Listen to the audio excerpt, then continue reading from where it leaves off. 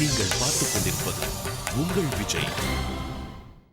தனியாகவோ அல்லது கணவன் மனைவியாகவோ தனித்து வாழும் முதியவர்கள் எவ்வளவு பேர் இருக்காங்க? 2001 சென்சஸ் படி 45% பேர் தனித்து வாழ்றாங்க முதியவர்கள்.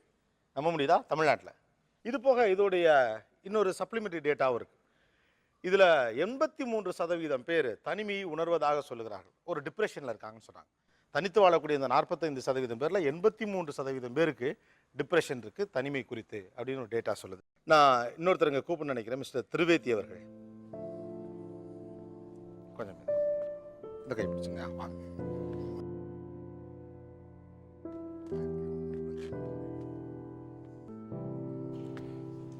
இதில் உட்காந்துக்கிறீங்களா? தேங்க்யூ. தேங்க்யூ. ப்ளீஸ் சொல்லுங்க சார். திரிவேதி சார், எனக்கு 2 பசங்க ஒரு பொண்ணு. இன்னைக்கு உங்களை இந்த தனிமைங்கிறது எவ்வளவு தூரம் நெருக்கடிக்கு ஆளாக்குது? என்னுடைய பிரச்சனை என்னன்னா, என்னால் வேலை செய்யாமல் சும்மா இருக்கவே முடியாது. போன 65 வயசு வரைக்கும் வேலை பார்த்துட்டு இருந்தேன். சரி. அதுக்கப்புறம் எனக்கு ஒரு ஹார்ட் அட்டாக் வந்தது. வேலை பண்ணக்கூடாது, அது பண்ணக்கூடாது, உங்களுக்கு டயபெட்டிஸ் எக்கச்சக்கமாக இருக்குது, பெட்லேயே ரெஸ்ட்லேயே இருக்கணும், எங்கேயும் போகக்கூடாது, வரக்கூடாது. சரி. ஒரு பெரிய லக்ஸூரியஸ் பிரிசன் உள்ள கொண்டு போய் வச்சுட்டாங்க. லக்ஸூரியஸ் பிரிசன், சிறை. ஒரு பக்கம் டிவி, ஒரு பக்கம் கம்ப்யூட்டர், டெஸ்க்டாப்பு, ஒரு பக்கம் மியூசிக் பிளேயரு, எல்லாம் அந்த ரூம்லேயே. சாப்பாடும் வேலைக்கு அந்த ரூமுக்கு வந்துடும். சரி. எது நான் சாப்பிட்ணுமோ. பட் அப்போ நீங்கள் ஹாப்பியாக தானே இருக்கணும்? ஹாப்பியாக எனக்கு என்னுடைய தனிமை எப்படி கொள்றதுன்னா, a man is born with 2 hands also, not only with ஸ்டமக்குன்னு சொல்லுவா. இப்போ எனக்கு 2 கை போயிடுச்சு, ஸ்டமக் இருக்கே. இப்போ நீங்கள் வேலை ட்ரை பண்ணீங்களா? அது அப்போ வேலைக்கு ட்ரை பண்ண முடியாது. ஏன்னா இந்த முட்டி கால் எனக்கு போயிடுத்து, ஹார்ட் அட்டாக் ஒரு வாட்டி வந்து போயிடுத்து, டயபெட்டிஸ். நான் ஒரு நாளைக்கு 114 யூனிட்ஸ் இன்சுலின் எடுக்கிறேன். அப்போ நீங்கள் கொஞ்சம் ரெஸ்ட்டு தானே எடுக்கணும் சார். ரெஸ்ட் எடுக்கணும் சார், முடியலையே.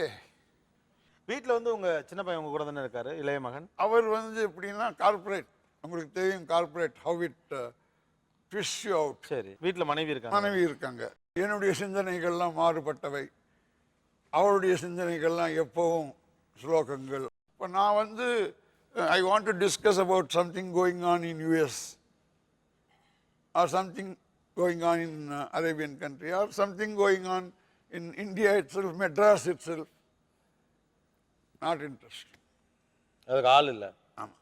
எங்கள் வீட்டில் எப்படின்னா 3 ரூமில் 3 டிவி, 3 பேர் இருக்கிறது, 3 டிவி.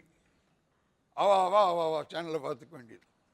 நான் என்ன ஃபீல் பண்ணுறேன்னா, ஒரு அமௌண்ட்டு நான் எனக்கு ஸ்பெண்ட் ஆகிற அமௌண்ட்டு ஒரு 5 குடும்பம், மிடில் கிளாஸ் குடும்பம் வாழ முடியும்.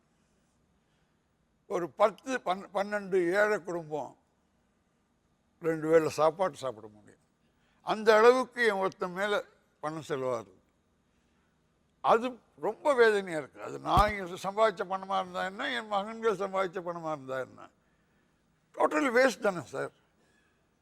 அந்த ஹார்ட் அட்டாக் வந்தபோது surgery nothing doing, no surgery. இந்த காலுக்கு சர்ஜரி, நாங்கள் நோ சர்ஜரி. மெஷின் ரிப்பேர் ஆகிடுச்சுன்னா ஆனது தான் சார். நீங்கள் ரிப்பேர் பண்ணி அது மறுபடியும் எதாவது பண்ணி போட்டிங்கன்னா மறுபடியும் 3 மாதத்தில் புஷ்ஷுன்னு போகும். ஒரு அம்மா கருணை தற்கொலை மனு கொடுத்தாங்கன்னு நீயா நானா ப்ரோக்ராம்லேயே வந்தது.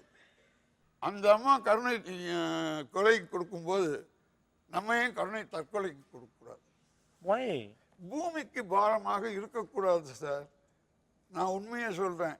யாராக இருந்தாலும் எல்லா முதியவர்களும் என்னை மன்னிக்கணும்.